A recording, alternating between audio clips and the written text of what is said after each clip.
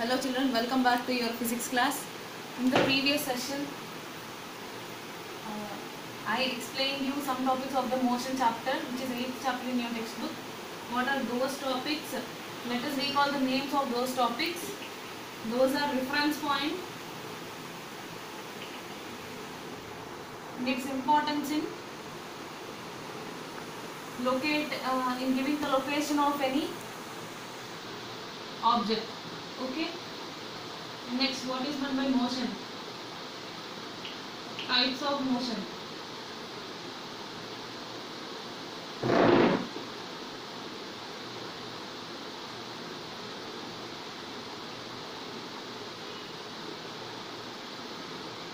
And how can we describe the motion of an object?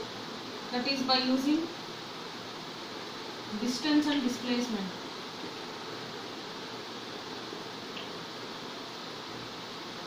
And I had explained you what is meant by distance, its definition, units and some examples, and also displacement, its definition, units and some examples. And I had already explained you what is meant by scalar and vector quantities.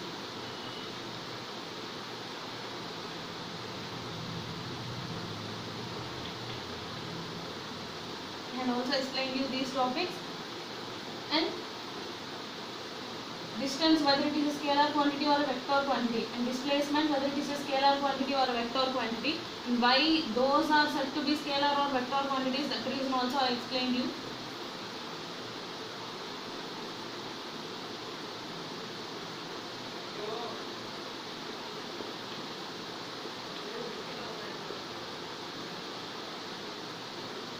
Measuring the rate of motion of an object. How can we measure the rate of motion of an object? By using a physical quantity, that is speed. This also I explained you what is meant by speed, its definition, formula, units, and whether it is scalar or a vector quantity. In classification of speed, speed can be classified into 5. Those are uniform speed, non-uniform speed, instantaneous speed,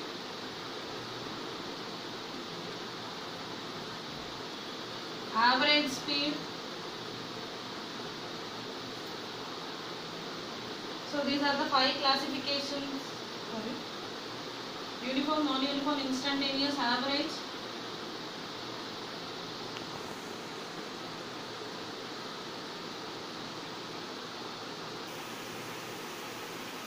So these are the 4 classifications of speed. And in the similar way, I had also explained you what is meant by velocity. That is said to be speed with direction.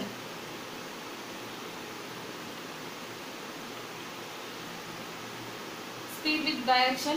And what are the different classifications of velocity, that also I explained you in the previous sessions, and also some numericals related to those topics.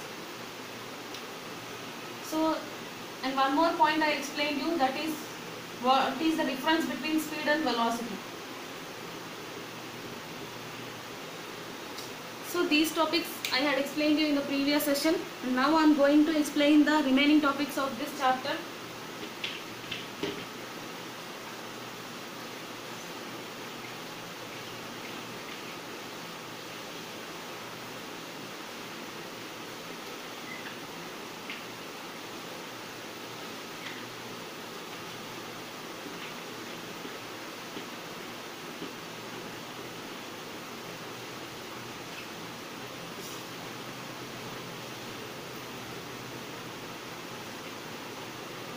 So the next topic is acceleration.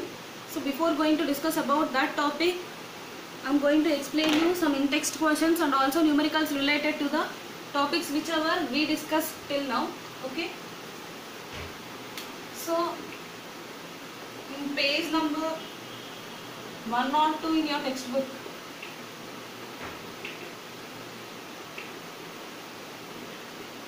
some in-text questions they have given. Sorry, some questions they had given. In that first question is difference between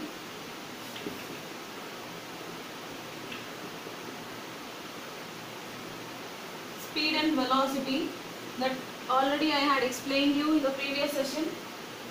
So next question is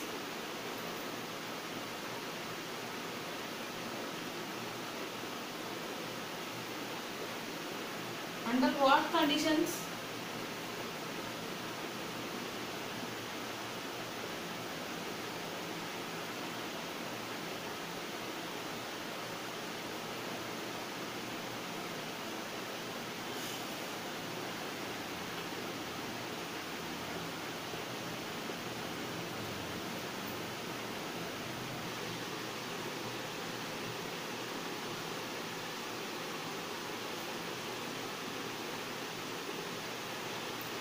so this is the next question.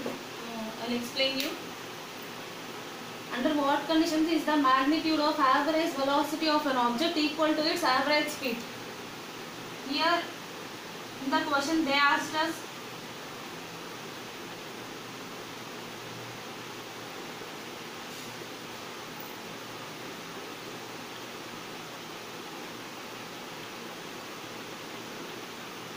here I had written one equation, that is average velocity is equal to average speed. So when does this equation becomes true? That they had asked us, and here they specified one thing, that is magnitude of average velocity. Why here they mentioned magnitude in the case of average velocity? Why? Because we know that velocity is a vector quantity and it possesses both magnitude and direction. So that is why they had asked us magnitude of average velocity when it will become equal to the magnitude of average speed. Average velocity, that is the magnitude of average velocity of an object becomes equal to its average speed if and only if that object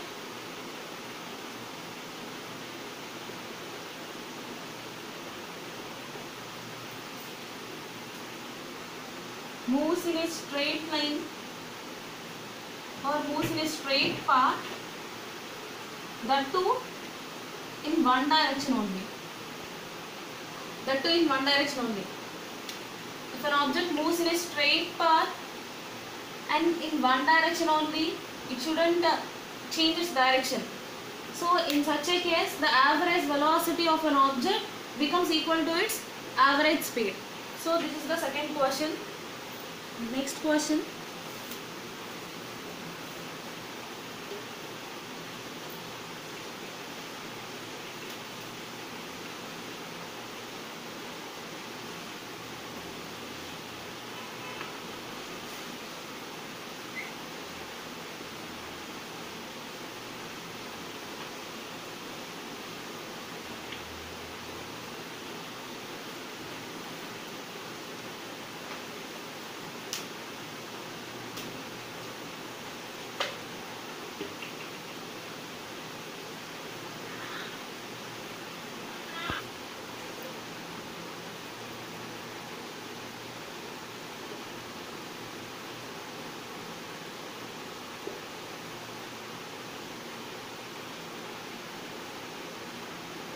A very simple question.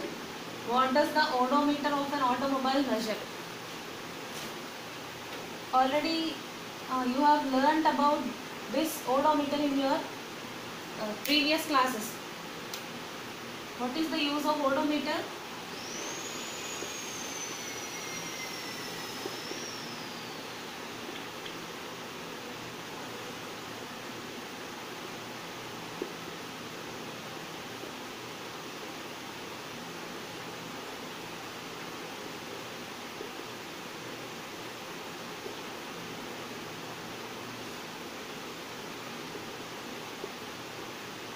Odometer is a device used to measure the distance travelled or distance covered by an object.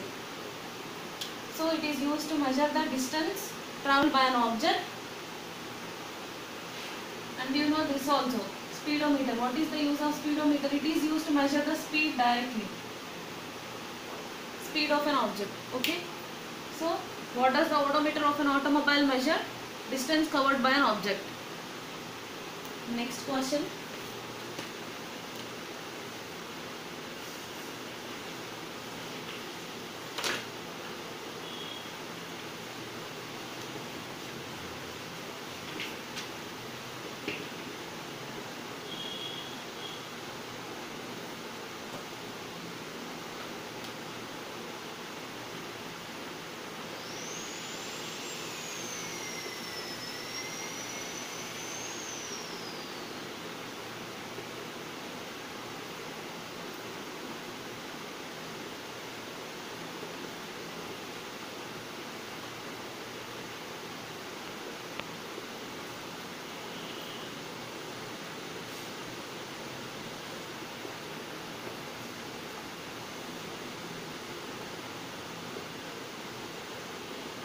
This is also simple question. What does the path of an object look like when it is in uniform motion? Whenever an object is in uniform motion,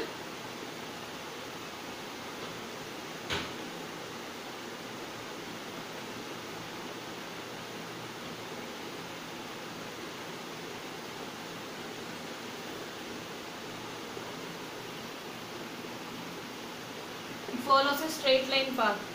Okay, without changing its direction, it follows a straight line path.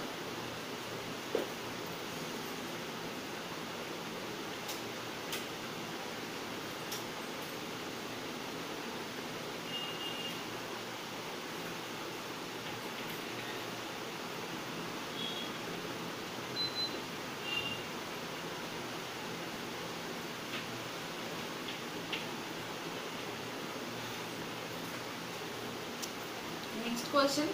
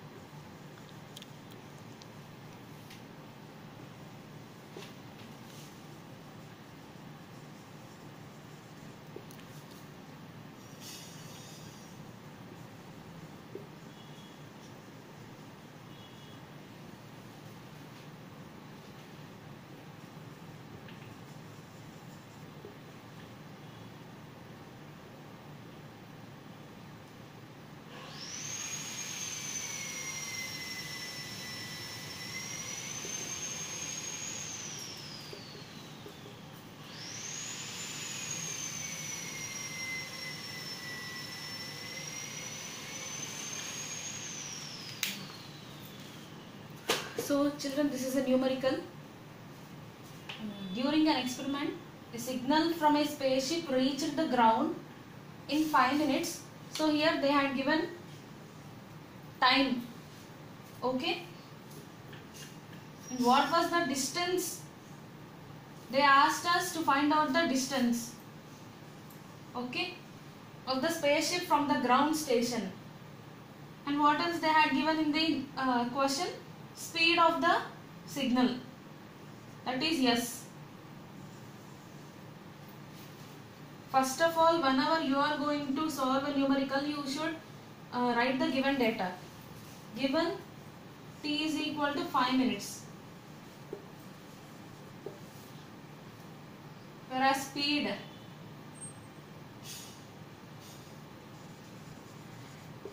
is equal to 3 into 10 power 8 meter per second.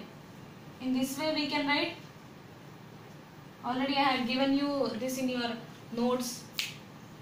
So don't get confused if at all they mention meter per second in this form. Okay. So here they had given two quantities, and what they asked us to find out? Distance.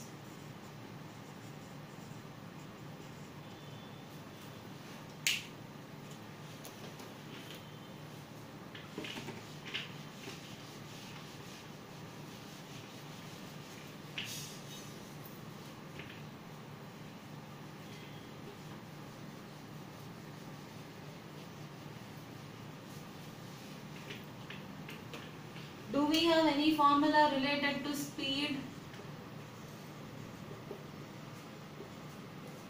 distance and time? Yes. What is that? Speed is equal to distance by time.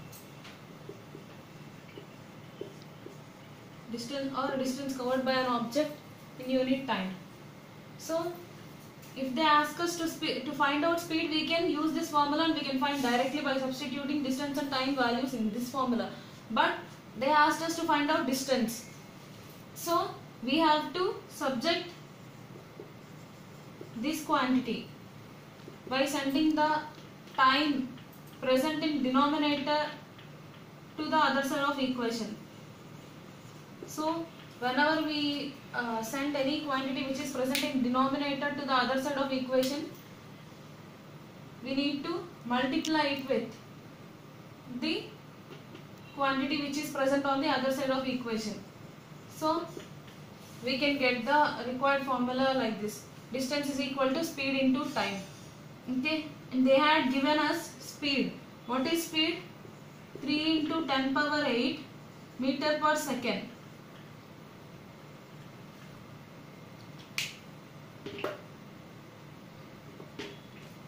Okay, and what is time? 5 minutes.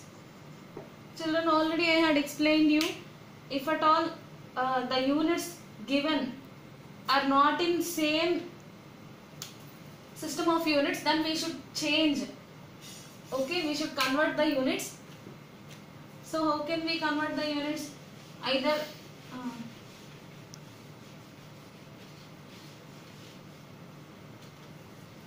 here it is in meter per second, so I am going to convert this minutes into seconds. 5 minutes, that is nothing but 5 into 1 minute, and we know that 1 minute equal to 60 seconds. So 300 seconds. Okay, I am going to substitute this t value into this formula, meter per second into 5 minutes. When I convert it into seconds, I got it as 300 seconds. So seconds gets cancelled. We got this 3 into 300 into 10 power 8 meters. So 9 into 10 power 10 meters. Okay. How I got this? 3 into 300. I had written like this. 3 3s are 900. 9 I wrote as 9 into 100. We know that 100 can be written as 10 square or 10 power 2. So the same thing I had done. Into 10 power 8 already it is there. And how I got 10 power 10 here? By this formula. In maths you might have learnt it. A power n into a power m into a power n is equal to a power m plus n. Right?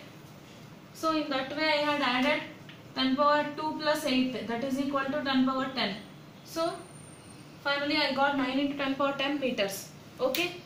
So this is the required distance travelled by the spaceship. Okay.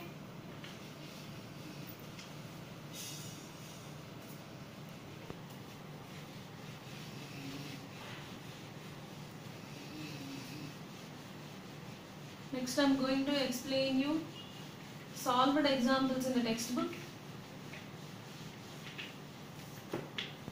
So children, I shall explain the other two solved examples in the next session. But before that, I am going to recall the topics whichever I explained you in this session. Those are an object exhibiting uniform motion. Its path, that means it follows straight line path. Okay, it follows straight line path. And next, we had solved one numerical basing on this formula. In that, they asked us to find out the distance travelled by a spaceship. So how can we find out distance travelled by a spaceship? By subjecting distance in this formula, so that we can get distance equal to speed into time. Okay. And next, in which case average velocity of an object, means under which condition average velocity of an object becomes equal to its average speed. When does this thing happens? When the object moving in a straight line, in a straight path, that too in one direction only. Okay.